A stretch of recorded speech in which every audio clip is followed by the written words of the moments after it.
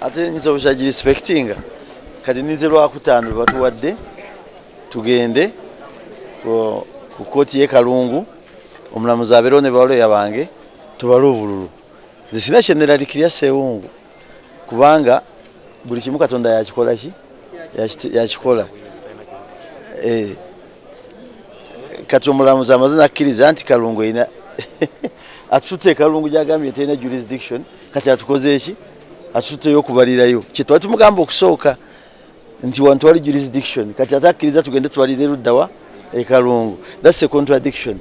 Naye kye tuba tusaba katugende tusabe nti teri yakwata ku box ekinaavaayo kyekyo nga badikiralinga awangudde asinze obululu obungi ng'eggwanga ligenda mu maaso.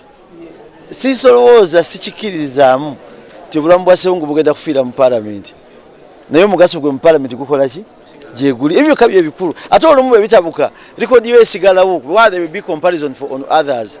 Kyensaba abantu b'e Kalungu bakole obuntu bulamu babeere n'empisa. Nina omukisa gumu nti munaye gwe nvuganya naye nze anvumye ebivumo bingi ku ssimu mbiina nze simuvumangako.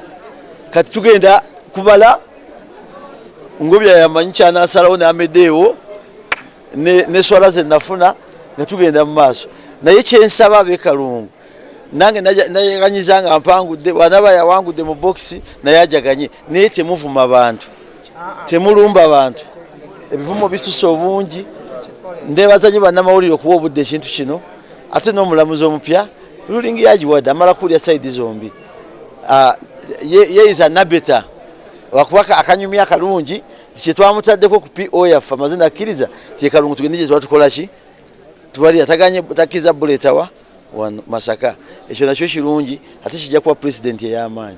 It's their own submission that they know the boxes are intact, and for me I respect the court's decision, but at least my happiness is that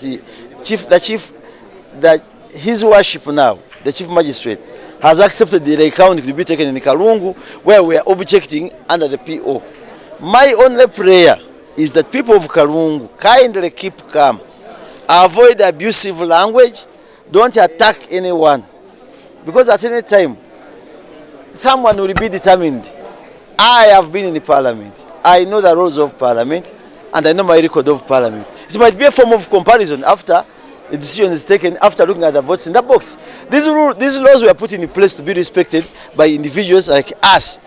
So I think let us wait for Friday, kindly be around, be peaceful, and at the end of the day one side will jubilate. But what I'm requesting you, kindly desist it from abusing people. I have abusive words, I have abusive language on my phone, and I have statements I've made. My statements I've made have been a rebuttal to what has been said to me. But kindly let us, because at the end of the day, if I win, Semakula I will be his representative. If he wins me in the box, still I will remain his only representative in Parliament. And at the end of the day, comparison will come when the matter is determined on Friday. Friday is not far. Others are going to jubilate, we are going to count. Others are going to pray, others are going to kneel. But for me, I'm not moved at all. I am respecting court's decision as an advocate of court.